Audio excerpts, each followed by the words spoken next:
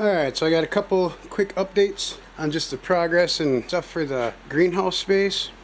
What I'm finding is these lights, or at least this one underneath here, I don't feel like produces enough to make these plants down here happy. And it's weird because they'll kind of bleach out like that one, and then they'll get real green and then bleach out and get either way, I'm thinking it's just not enough light. And so what I'm going to do is I'm going to take this light here and put it underneath here like that. And then I have another T8-4 light panel, kind of similar to this, but this has 6, and they're T5s, T2s, T5s. I have some stockpiled of the T8s that are 4 lights on them. So I'm going to switch those over here, get this brighter, get this one under here brighter, and then I'm going to go ahead and just start filling these spaces with the lettuces. When I'm in the garden, typically I like to grow like the head lettuce, head cabbage, and so these leafy lettuces are a little different for me. They grow a little more sparse, which is why I was kind of starting the way I was to see how much room they would need.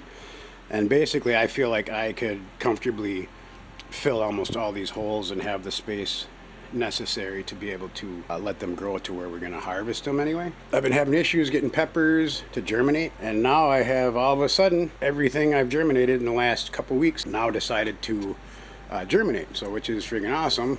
And so I got a ton, and I have this collection of these pots that are for the the hydroponic system like that, but rather than that I'm just going to modify them. And so I have these ones. I was making sure that I was able to plug the fill hole back up, and then I'm going to just cut these lids. I could put 4 in there. These ones I just did 2 because I know I'm going to be putting some bigger plants in, but yeah, I'm going to use these.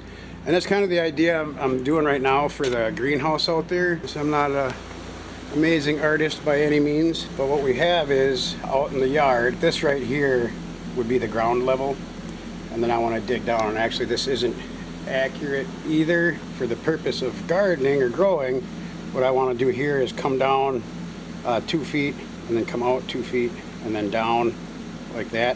One, that'll help me eliminate crumbling from the walls. It'll also give me a couple platforms to be able to grow on. I'll probably use grow boxes in these just to stabilize them and make them a little bit stronger. And then we can go right in, and then I can anchor them into the sides like that on both sides. And what I'm thinking for down the middle is we'll have this be, the polytunnel covering that lets the light through it. We're also going to have complementary lights for the winter time. And what I want to do is towers along the center 4 feet on these alternating kind of pattern like that to optimize how much can be put in. And then on these sides where we come in like this, I want to do like all the other potatoes and things like that. Outside in the rest of the fields, we can do like squashes and all that kind of stuff. I'm in the middle of applying for the materials for these from USDA. But either way, as long as things go the way they look like they're going, I'll be able to afford to purchase these things anyway. We'll have to see. I'm kind of in the midst of a settlement and all that. But once I get that, I'll be able to self-finance all these things. But yeah, so here's my idea on that. Again, like I said, there's a farm group in South Africa that's what they do. They have fields full of these polytunnels as well as other fields and then netted areas and stuff for fruit trees. My goal is with these ones, I want to have polytunnels that are just more extending the grow period, but I want to have some that allow me year-round as well for like the lettuces and just everyday type stuff. And then in the other regular polytunnels and then the open air, we'll do stuff like the corn and squash and potatoes and things like that don't necessarily go inside as well. And what I really like about these systems is the dirt systems grow quite a bit slower. So when you look at the ones that are in the dirt for the buckets, they're quite a bit smaller, growing quite a bit slower. And like I said, they were all planted at the same time. This one being the smallest, obviously, and then this one in the dirt being like that. And the truth, that doesn't worry me as far as like a regular outdoor grow season. But indoors, what I found is that these crack key pots grow these things quite a bit faster.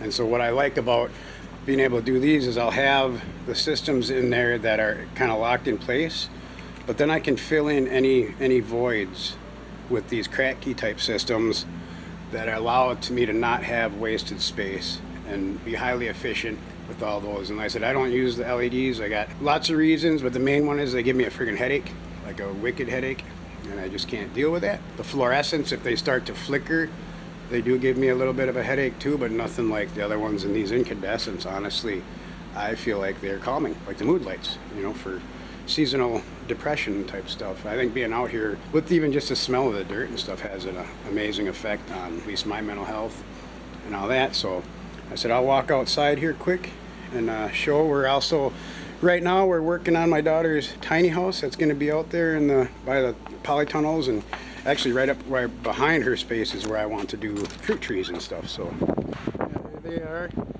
prepping the floor joists. They're going to go in here. I imagine we'll start nailing all that together this week out there. Their tiny house space is down there.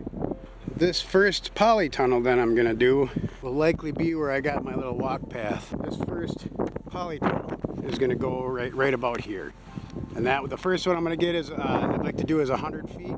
So I'd actually be starting back probably about 50, 60 feet. Actually probably 100 feet back and start running out there. These polytunnels, I'm going to run the long way, whereas my modular system that I want to do would be parallel with the sun versus running away from it, running down from it. That one, I said the lights will help, but this one we really need the sun to help for like the passive solar, for heating, all that kind of stuff, adding on the access points and all that. So yeah, right here, you know, back probably 30, 40 feet is eventually I'll get one of my modular systems, and then for going back, you know, I'll get one of these right away, and then I'll kind of add to them as I go. And work with it like that.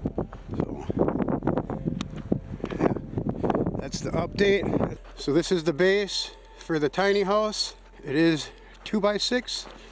We normally for a floor joist go with a wider dimension, but since it's going to be technically mobile underneath here, I'm going to be putting 4x4s that go the whole length, but then I'm also going to be putting 2 I-beams that run the length as well. So we're going to have a lot of stabilizing stuff underneath and strengthening stuff, because what I'm going to do is I'm going to mount parts on there with the I-beams that let me use shipping container wheels to move things around.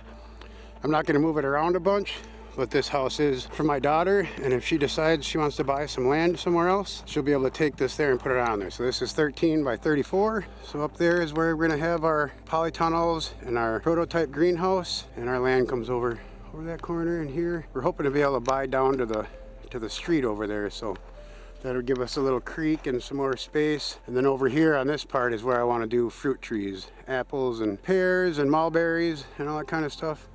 Eventually I'd like to fence everything off. Yeah, our sweat lodge is hidden up in here, a little pond area. Looks like a Christmas card in there kind of thing. But yeah, so I said this is 13 by 34. We'll be putting on the end caps here next, getting that ready. We're gonna do 3 rows of pinch boards, and that'll help stabilize it as well. Yeah, so it's basically gonna be like a 1-bedroom apartment. So yeah, more updates to come.